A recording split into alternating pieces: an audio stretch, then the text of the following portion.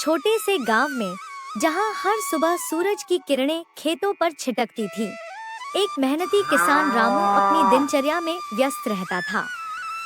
रामू एक साधारण व्यक्ति था, जो अपनी मेहनत में विश्वास रखता था।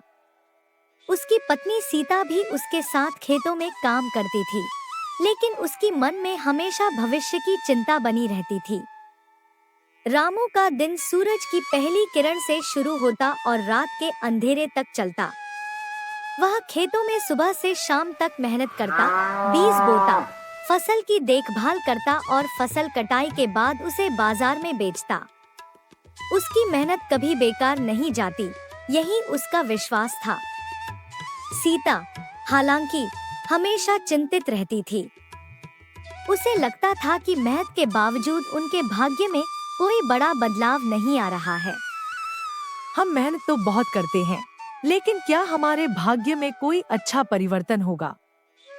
मेहनत करने से कभी हार नहीं माननी चाहिए, भाग्य साथ देगा। समय बीतते बीतते गांव में सूखा पड़ गया।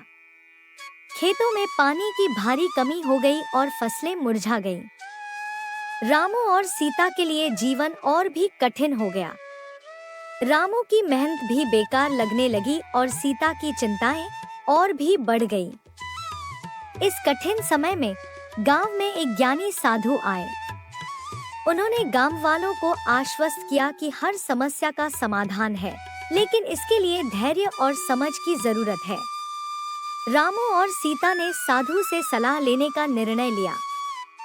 साधु ने कहा, मेहनत और भाग्य दोनों महत्वपूर्ण हैं। मेहनत तुम्हारी जिम्मेदारी है और भाग्य तुम्हारे प्रयासों के साथ चलता है।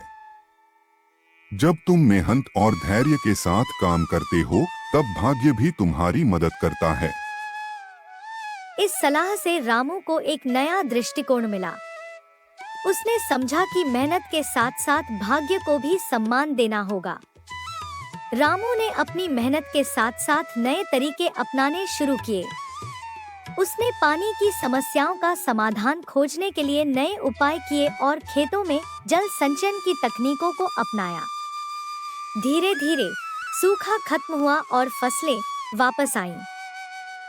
सीता की चिंता भी कम होने लगी। गांव के लोग भी रामू की मेहनत और साधु की सलाह से प्रेरित होकर अपने अपने खेतों में सुधार करने लगे।